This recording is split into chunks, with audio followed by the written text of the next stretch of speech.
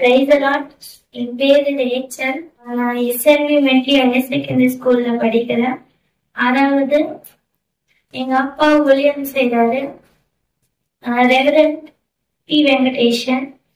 நாங்க சாலையில இருக்கிறோம். நாங்க நரிக்குறவர் கம்யூனிட்டி. 28ஆம் சங்கீதம் 1-2-4 முதல் வசனத்தை வாசிங்க. கர்த்தருக்கு பயந்து அவருடைய வழியில் நடக்கிறவன் எவனோ அவன் பாக்கியவான். அல்லேலூயா. இன்னைக்கு என்ன இந்த வசனத்துல சொல்றாங்கன்னா, கர்த்தருக்கு யாரு பயப்படுறாங்களோ அவருக்கு ரொம்ப பயமா யாரு நடக்கிறாங்களோ, வசனத்துக்கு கீழ்படிஞ்சு யாரு நடக்கிறாங்களோ, பாக்கியவன்னா யாரு மாறாங்களோ அவங்க என்னவா பாக்கியவான். பாக்கியவான் என்னதுன்னா, நன்மை சேரும், தீமை நம்மள அணுகாது, ஒவ்வொரு ஐஸ்வர்யம் நம்மளுக்கு சேரும். அதுதான் பாக்கியவான். இப்ப நம்ம என்ன பண்ணணும்னா, கர்த்தருக்கு பயப்படணும். கர்த்தருக்கு பயந்து அவனுடைய வழியில் நடக்கிறவன் எவனோ அவன் பாக்கியவான். அவனுடைய நடக்கணும். இந்த வசனத்தின்படி நம்ம நடக்கணும். இந்த வார்த்தையின்படி நடக்கணும். அதான் சங்கீதம் 1 சொல்றாங்க ஏசப்பா, தாவீது சொல்றாரு, துன்மார்க்கனுடைய ஆலோசனை நடவாமலும் பாவிகளுடைய வழி இல்லாமலும் பரியாசக்காரன் உட்காரும் இடத்தில் உட்காராமலும் துன்மார்க்கன் வழியில நடக்கக்கூடாது. ஆனா நீதியான பாதையில நம்ம என்ன பண்ணணும், நடக்கணும். ஏசப்பா சொல்றாரு, தாவீது சொல்றாரு, கர்த்தருக்கு பயந்து அவருடைய வழி நடக்கிறான் எவனோ அவர் என்ன பாக்கியவான். பாக்கியவான்னா நன்மைகள் நிறைய சேரும். நம்மளால என்ன முடியாத அதிசயங்களை ஏசப்பா நம்ம வாழ்ந்து செய்வாரு. 2வது வசனம் வாசிங்க. உன் கையின் பிரியாசத்தை நீ சாப்பிடுவாய், உனக்கு பாக்கியமும் நன்மையும் உண்டாயிருக்கும். அல்லேலூயா.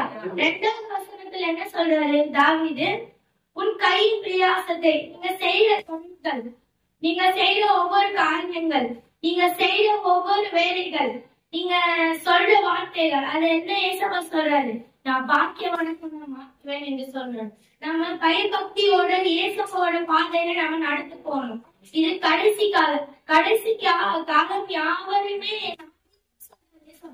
ஊற்றுவேன் என்று சொல்வாரு.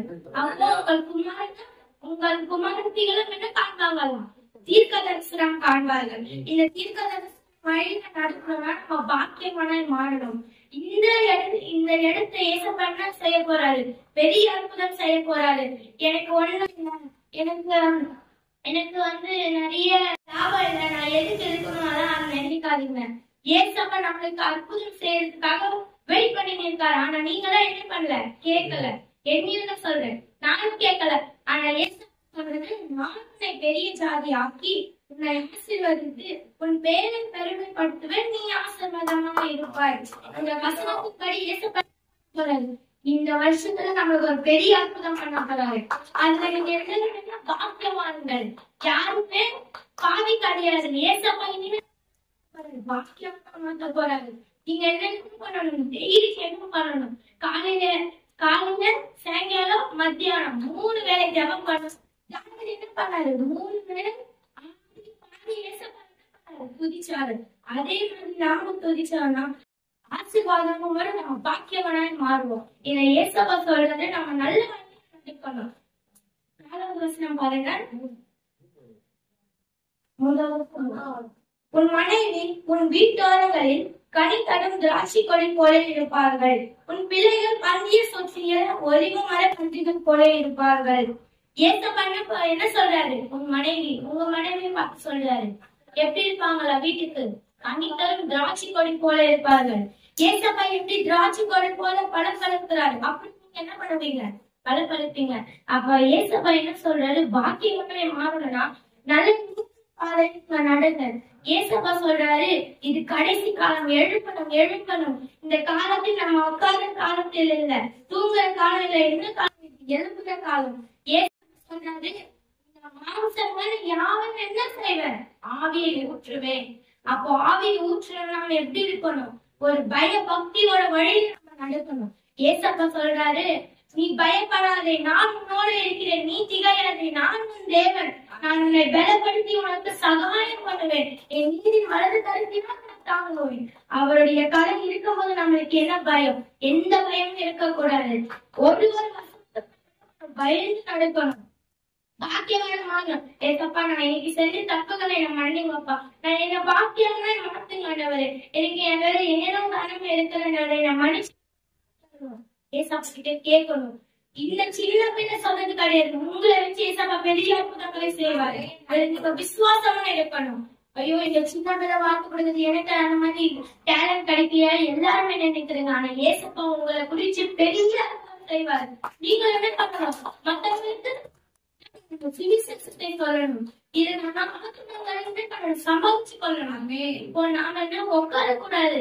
இது கடைசி காலம். எப்போ வேணாலும் ஏசப்பா வர ஒதுக்க வரும். அதை நம்ம என்ன சீக்கிரமா ஆழ்த்தப்படணும். ஆழ்த்தப்படும்போதுதான் ஏசப்பா வருவாரு. நம்மளை எடுத்துக்கொண்டு பரலோகத்தில் செல்வாரு. இப்போ 121 சங்கீதத்துல என்ன சொல்றாரு? உங்களுக்கு ஒத்தாசை தானே வேணும், உங்களுக்கு ஐஸ்வர்யம் தானே வேணும். ஏசப்பா சொல்றாரு, நீங்க டெய்லி ஜெபம் பண்ணுவீங்களே, உங்களுக்கு ஒத்தாசை சொல்லுங்க. எனக்கு ஒத்தாசை வரும் பர்வதத்திற்கு நேரமா என் கண்களுக்கு இருக்கிறேன். அப்ப என்ன சொல்றாரு? நீ என்கிட்ட கேளு, நான் உனக்கு தரேன்னு என்ன சொல்றாரு ஏசப்பா. அப்ப நீங்க என்ன பண்ணணும்? எல்லாருமே கேட்கணும். இந்த சிறு பிள்ளை சொல்றது கிடையாது, எல்லாருமே கேட்கணும். ஏசப்பா எனக்கு ஒரு டேலண்ட் கொடுங்க, எனக்கு ஒரு ஒத்தாசை கொடுக்காதவரே.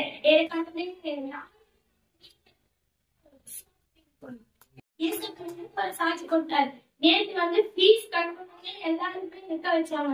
ஏசப்பா எனக்கு எதுவுமே சொல்லக்கூடாதுன்னு நான் ஜெபம் பண்ணேன். அதுவே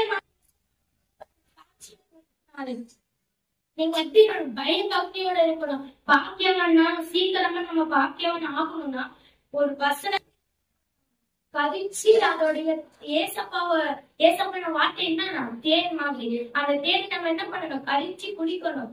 ஏசப்பா சொல்ற இருக்கணும். இந்த சின்ன பிள்ளை சொல்ற மாதிரி கிடையாது. ஏசப்பதான் இந்த வார்த்தையை பேசுறாரு. நான் பேசல, என் தேவன் தான் பேசுறாரு. எல்லாரும் சாட்சியை நிற்கிற கர்த்தருக்கு ஸ்தோத்திரம்.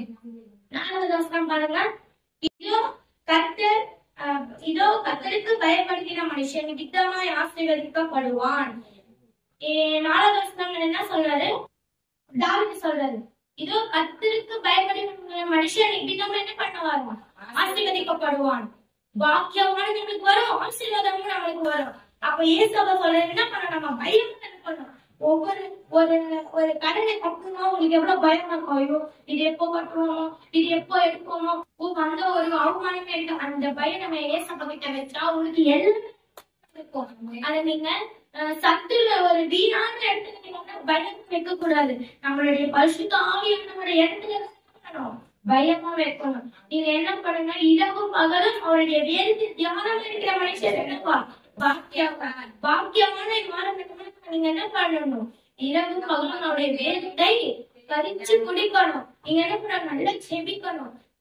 ராத்திரியும் என்ன பண்ணணும்? ஜெபம் பண்ணணும். இந்த இரவும் பகலும் ஜெபம் பண்ணா என்ன ஏசப்பா சொல்றாரு? அதிகாலையில் என்னை அதிகாலம் யார் ஏசப்பா தேடினாங்களோ அவங்க கண்டறிவார்கள். 3 ஆசீர்வாதம், ஐஸ்வரி, கனம், புகழ். அந்த காலத்துல நம்ம ஜெபம் பண்ணலாம். அப்ப நமக்கு அந்த 3 ஆசீர்வாதம் வேணும்னு நம்ம என்ன பண்ணணும்? காலையில இருந்து ஜெபம் பண்ணணும்.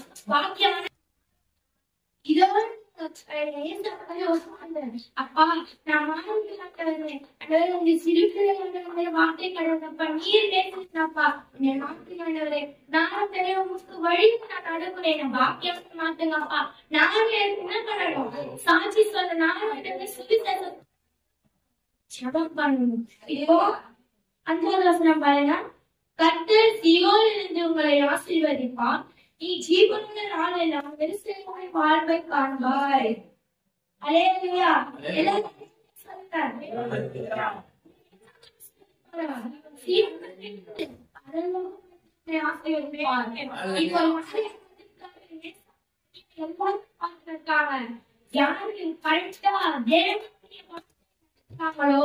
அவங்களுக்கு பெரிய காரியம் இந்த நடக்கும்.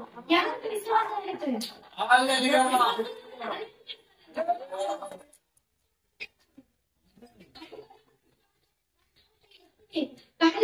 அந்த மாதிரி அற்புதம் செய்ய நடத்துவாரு.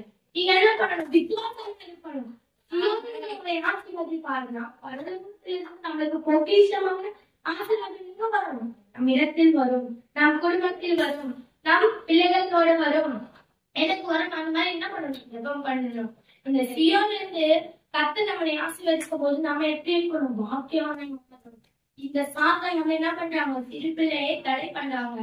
உங்க குடும்பத்துல நீ ஜெபத்துக்கு போக கூடாது, நீ ஏசப்பாக்கு கரெக்டா ஒரு வேலை செய்யக்கூடாது, நீ என்ன பண்ணணும்? நீ இந்த மாதிரி நட, நீ அந்த மாதிரி நட, உன் வாயில கேட்ட வார்த்தைகளை நான் வர வைப்பேன். அந்த மாதிரி சாத்தான் என்ன பண்றான்? சிங்கம் மாதிரி இருக்கான், குந்தி வீரத்துக்கு இருக்கான். நீங்க என்ன பண்ணணும்? எல்லாருமே பயபக்தியோட இருக்கணும். ஆனா சாத்தான் எப்பவுமே நம்ம என்ன பண்ணுவோம்? தூண்டி விடுறதுக்கு ரெடியா தான் இருக்கும். ஆனா நாம தான் என்ன பண்ணணும்? ஏசப்பா, அந்த தூண்டி விட சத்ருவினை நீங்க என்ன பண்ணணும்? அப்பா அழிங்கப்பா. ஏசப்பா, நான் அதுல ஜெபிக்கிறேன், என் பாக்கியவன மாத்துங்கப்பா. நான் என்ன சொன்னேன்? ஏசப்பா, உங்களை பத்தி எனக்கு சிறுபிள்ளை சொன்ன மாதிரி நானும் உங்களை பத்தி சொன்னப்பா. என் வார்த்தையை கேட்டு எல்லாருமே மனம் திரும்ப நீங்க ஜெபிங்க. பாருங்க, நீ உன் பிள்ளையும் உன் பிள்ளைகளுக்கும் இஸ்ரவேலுக்கும் உண்டான சமாதானத்தையும் காண்பாய். இப்போ உங்களுக்கு பிறகு போற பிள்ளை, அந்த பிள்ளைக்கு இன்னொரு பிள்ளை என்ன பண்ணுவாங்க? ஆசீர்வாதம். நீங்க அப்படி ஒரு தாழ்மை நடத்துறீங்களோ, அது உங்க பிள்ளைகள் எல்லாம் தாழ்மையை நடத்தும். அவங்களுக்கு பிறகுற பிள்ளை என்ன இருக்கும்? தாழ்மையா இருப்பாங்க, பாக்கியவனே மாறுவாங்க. எந்த பாவத்திலயும் அவங்க என்ன பண்ணுவாங்க? நுழைய மாட்டாங்க. எங்க ஏசப்பா சொல்ற வார்த்தையின்படி, இந்த 128ஆம் சங்கீதத்தின்படி நம்ம என்ன பண்ணணும்? நடக்கணும். அந்த பயபக்தியோட யார் இருக்கிறாங்களோ கர்த்தர் அற்புதம் செய்வார், வழி நடத்தும்.